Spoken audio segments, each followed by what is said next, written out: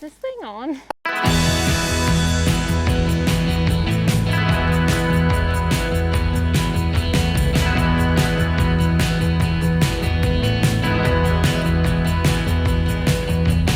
Yeah. My hips don't do that anymore. In front of me is a very inspiring woman of wildlife. She's a field ecologist, she's got the best laugh in the world, and she's an absolute legend. Caitlin Potts. Thank you for that.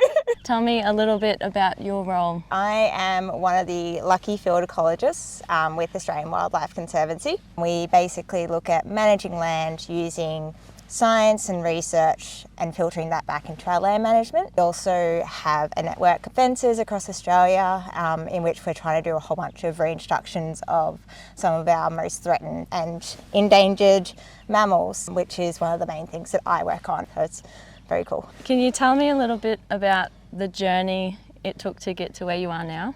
Started when I was a kid. I loved being outside and I just really loved playing in the dirt, everything back inside, much to my parents' horror. I think I always knew that I wanted to do something outside and I always wanted to do something with animals. I kind of looked for that through high school, what careers are there that I could do. I kind of thought I would go into zookeeping, so I looked up any university degrees that had zookeeping as a keyword, and I found this course at Deakin University down in Melbourne, and it had the name Wildlife Conservation and Biology in it. And I was like, that's what I want to do. I got to the end of my third year, decided I still wanted to stay at uni, so I did my honours here. I'm looking at drought refuges for small mammals in the Grampians National Park, or Garrywood. Finished that and I was a little bit lost, not sure what was next. Landed. We've all been there. Yeah. You get to the end of uni, you're like, what am I going to do now with this degree? Ended up working for a consultancy. I worked on a lot of wind farm projects, so looking at birds and bats and managing them for wind farms. I got a bit of wind. Yeah. Kind of got to almost being there for 5 years and I was like, I'm ready for the next challenge.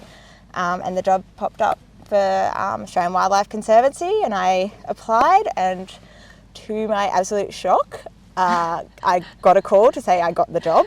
So many successful rehabilitation stories. What is one of your favourite parts about the job? There is so many to pick from. I mean, I work with bilbies and incredible species all the time. I work out in the bush, which is just, yeah.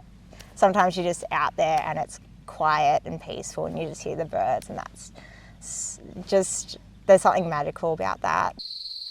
It's honestly so peaceful when I'm not talking.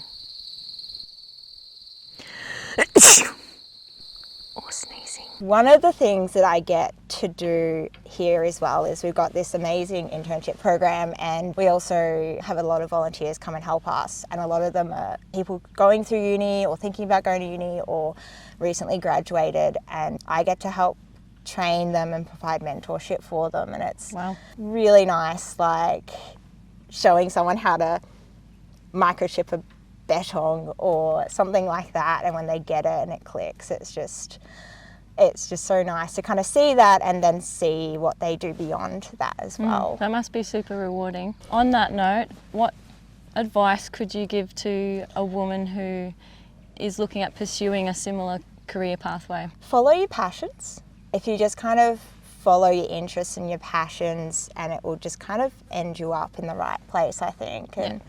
And that's what I hear a lot from people. They just say, oh, I was in the right place at the right time, but it's like, but they work towards that. Challenge yourself. Like, don't think that, oh, I can't do that job or I can't do that thing.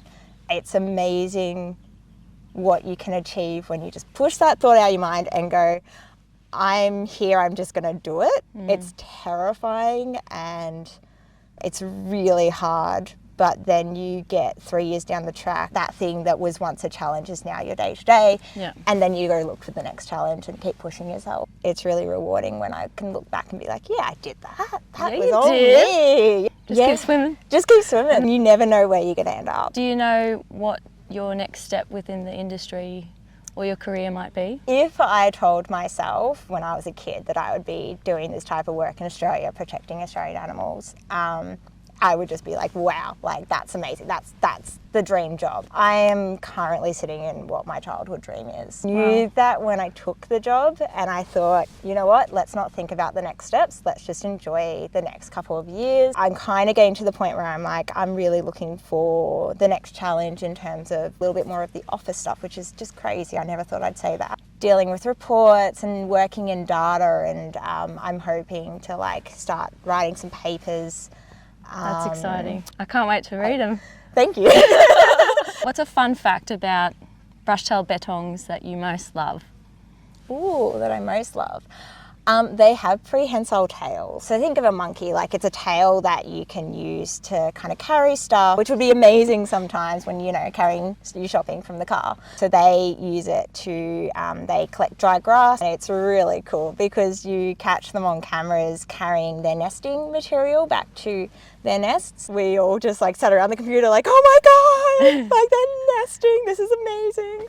You get the worst photos when you're doing this stuff because you just, you always have your thinking face. And what's your best bettong impersonation? Oh, What about a billy? Billies don't really make noise. I mean, booties fart. They're just like. Sounds like my booty.